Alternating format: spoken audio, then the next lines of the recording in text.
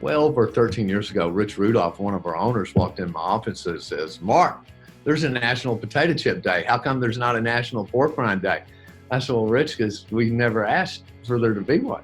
And so we went to work on it. And one of the things we found out is when you have one of these events, when you have Pork Rind Appreciation Day, which happens to be on the biggest football day of the year, the biggest pigskin celebration day of the year, um, we wanted to affiliate with a charity. We were so lucky to find the Gridiron Greats, the perfect partner for this effort. And we were so lucky that the governor actually declared the 2nd February or the 1st February, first Sunday in February to be Pork Rind Appreciation Day. And we've been celebrating it now for 11 years. It's been a tremendous success. We've grown the category. And most of all, it's been a lot of fun for our people.